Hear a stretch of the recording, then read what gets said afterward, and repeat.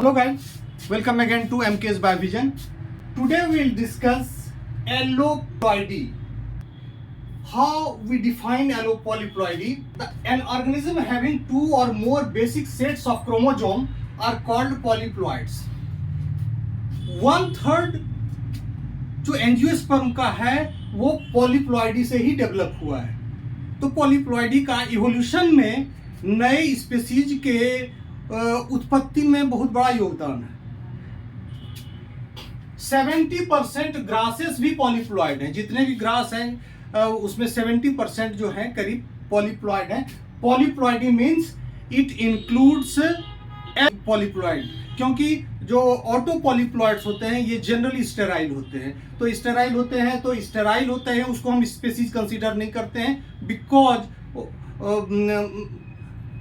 जब seed fertile नहीं होगा तो वो अपने जनरेशन को कैसे चलाएगा.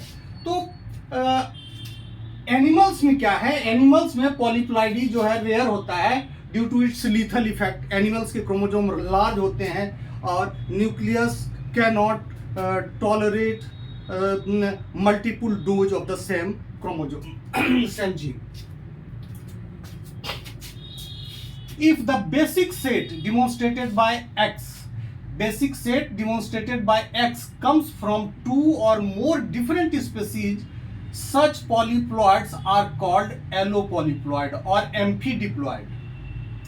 अब ये X क्या है? X होता है basic set of chromosome. It is different from the haploid number, because to find out the basic set of chromosome we should know the evolutionary background of that particular allopolyploid. जब हम देखते हैं कि कैसे कैसे वो बनता है उसका, तो उसके एंसेस्टर का जो हैप्लॉइड नंबर होता है that is called basic set. अभी हम लोग देखेंगे आगे, हम इस चीज को एक्सप्लेन करेंगे what is basic set of chromosome. इसको ऐसे भी डिफाइन करते हैं, fertile offsprings of inter specific और इंटरजेनेरिक क्रॉसेस आर कॉल्ड एलोप्लॉइड या एलोपॉलीप्लॉइड. तो हमने क्या देखा कि एन ऑर्गेनिज्म हैविंग टू और मोर बेसिक सेट्स ऑफ क्रोमोसोम, एक स्पीसीज का जो क्रोमोसोम है वो दूसरे स्पीसीज के बेसिक सेट से अलग है. इसका बेसिक सेट अलग है, इसका बेसिक सेट अलग है. लेकिन यदि उसके हाइब्रिडाइजेशन में हम देखते हैं कि दोनों का फर्टाइल हाइब्रिड मिला है तो इसमें दोनों के बेसिक सेट होंगे. यही हम कहना चाह रहे हैं कि एलोपॉलीप्लॉइड्स में क्या होते हैं, टू और मोर स्पीसीज के बेसिक सेट होते हैं क्रोमोसोम के.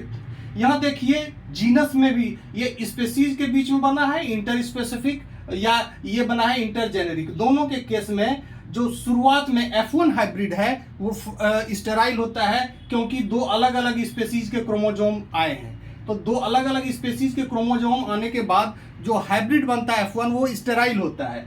इसके बाद नेचर के द्वारा समटाइम्स सच स्टेराइल हाइब्रिड्स चेंजेस इनटू ए फर्टाइल प्लांट. तो जब फर्टाइल प्लांट बन जाता है तो वो एलोपॉलीप्लॉइड होता है. कैसे होता है उस मैकेनिज्म को हम लेटर देखते हैं.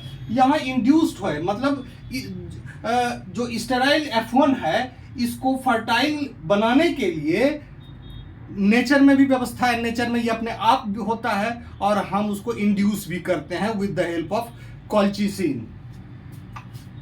एलोपॉलीप्लॉइड कैन बी नेचुरल और synthetic. Natural allopolyploids are numerous. Examples of artificial or induced allopolyploids हैं, ये हैं आपको रेफेनोब्रेसिका, बहुत सारे हैं, Raphanobrassica, new world cotton, Primula kewensis, Brassica napus, Triticum spelta. पहला एलोपॉलीप्लॉइड बनाया था कार्पेचेंको ने. एलोपॉलीप्लॉइड का नाम था रेफेनोब्रेसिका. वो मूली और कैबेज को क्रॉस कराया था. रेफेनस सेटाइवा है और ये ब्रेसिका ओलेरेसिया है. तो रेफेनस इसका जीनस है, सेटाइवा इसका स्पीसीज है. ये इसका जीनस है, इसका स्पीसीज है. तो Raphanus is a different genus and Brassica is a different genus. दोनों के बीच में क्रॉस कराया, यानी कि इंटरजेनेरिक क्रॉस कराया. तो हमको कैसा मिला, अब ये देखते हैं कि इसमें जो क्रोमोजोम का कंपोजिशन है ये 2n इक्वल टू 18 है। इसमें 18 क्रोमोजोम है और इसमें भी 18 क्रोमोजोम है।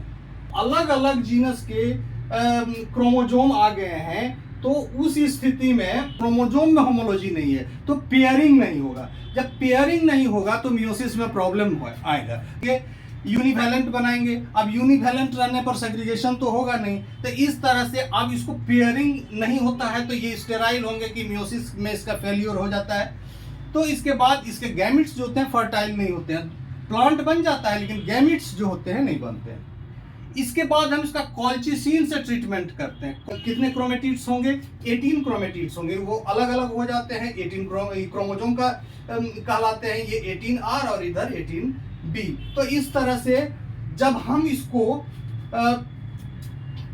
कॉल्चिसिन ट्रीटमेंट देते हैं, यानी कि सी माइटोसिस कराते हैं, कॉल्चिसिन माइटोसिस कराते हैं, तो ये क्रोमोजोम की संख्या डबल हो जाती है।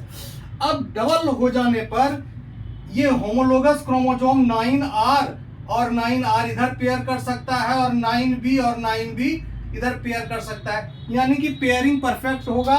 जब पेयरिंग परफेक्ट होगा तो मियोसिस नॉर्मल होगा और सीड्स जो होंगे वो प्लांट भी फर्टाइल होगा।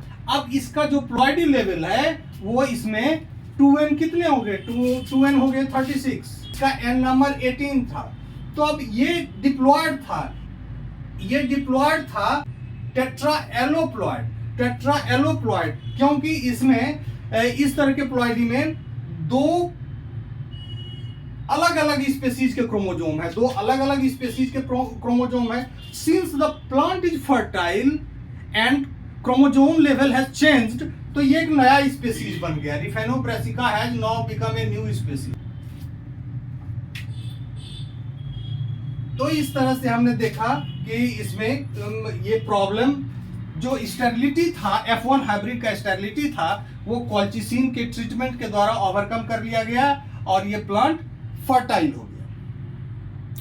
तो दो एग्जिस्टिंग प्लांट के जीन को क्रोमोजोम को मिला के हमने एक नया प्लांट बनाया। तो ये फर्स्ट जो है सिंथेटिक एलो पॉलीप्लॉइड है, या इसको हम कह सकते हैं कि न्यू स्पेसीज। इसी दूसरा एग्जांपल जो एलो पॉलीप्लॉइडी का है वो है न्यू वर्ल्ड कॉटन, जिसे हम गॉसिपियम हिरसुटम के भी नाम से जानते हैं, साइंटिफिक नेम है इसका। ये एक नया स्पेसीज है जो ओल्ड वर्ल्ड कॉटन और अमेरिकन या अपलैंड कॉटन को के क्रॉसिंग से बनाया गया है। द ओल्ड वर्ल्ड कॉटन है गॉसिपियम हर्बेशियम, जबकि ये अमेरिकन कॉटन गॉसिपियम रेमंडाई। ये जो गॉसिपियम हर्बेशियम है ये ओल्ड वर्ल्ड कॉटन है, इसका यील्ड काफी लो होता है और इसके क्रोमोजोम्स काफी छोटे छोटे होते हैं, स्मॉल क्रोमोजोम्स होते हैं, जबकि गॉसिपियम रेमुंडाई के क्रोमोजोम्स लार्ज साइज के क्रोमोजोम्स होते हैं। अब जब हम इसको क्रॉस कराते हैं तो एक हैप्लॉइड पेयर इससे और एक हैप्लॉइड पेयर इससे, यानी कि 13 स्मॉल क्रोमोजोम और 13 लार्ज क्रोमोजोम एक सेल के अंदर आ जाता है। अब इससे जो भी ऑर्गेनिज्म बनेगा वो इनफर्टाइल होगा। क्यों?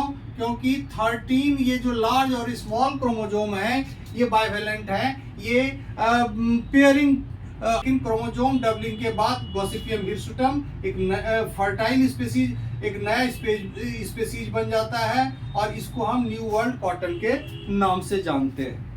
दूसरा एग्जांपल हम ले सकते हैं प्राइमुला क्यूवेंसिस का। एक गार्डन प्लांट है, ऑर्नामेंटल प्लांट है। ये भी दो प्लांट को क्रॉस करके बनाया गया है। दो स्पेसीज, ये इंटर स्पेसिफिक क्रॉस है, ये भी इंटर स्पेसिफिक क्रॉस है। इसमें प्राइमुला फ्लोरिबंडा जिसके 18 क्रोमोजोम होते हैं, ये प्राइमुला वर्टिसिलाटा इसमें भी 18 क्रोमोजोम होते हैं। जब हाइब्रिडाइजेशन कराते हैं तो दो अलग अलग स्पेसीज के क्रोमोजोम इकट्ठा एक साथ आ जाते हैं। इस वजह से क्या होता है कि अगेन क्रोमोजोम के पेयरिंग में समस्या आती है और ये F1 हाइब्रिड जो है ये स्टेराइल हो जाता है। अब इसमें क्रोमोजोम डबलिंग वही टेक्निक अपनाते हैं तो इसके बाद फर्टाइल मिलता है, हमें फर्टाइल मिलता है क्योंकि इसमें सभी क्रोमोजोम के होमोलोगस पेयरिंग के लिए होमोलोगस सेट मौजूद होते हैं। अब इसकी संख्या कितनी बढ़ जाती है, 36, यानी कि डिप्लॉयड से टेट्राप्लॉयड बना, यहाँ भी डिप्लॉयड से टेट्राप्लॉयड बना। ये चूंकि दो स्पीसीज के क्रोमोजोम एक इंडिविजुअल में आ गए हैं, इसीलिए हम इसको एलो पॉलीप्लॉयड कहते हैं। फोर्थ एग्जांपल है ब्रासिका नेपस। ब्रासिका नेपस जिसको हम रेपसीड के नाम से भी जानते हैं, काला सरसों।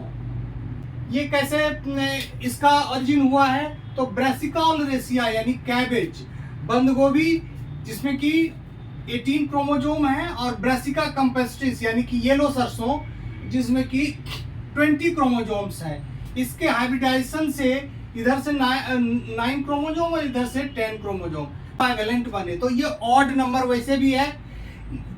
F1 हाइब्रिड स्टेराइल होता है। क्रोमोजोम डबलिंग जब हम करते हैं तो हमें एक इवन नंबर मिलता है, यानी कि 2n = 36। ये फर्टाइल स्पीसीज बन गया है। इसको हम ब्रासिका नेपस या काला सरसों के नाम से ये फेमस।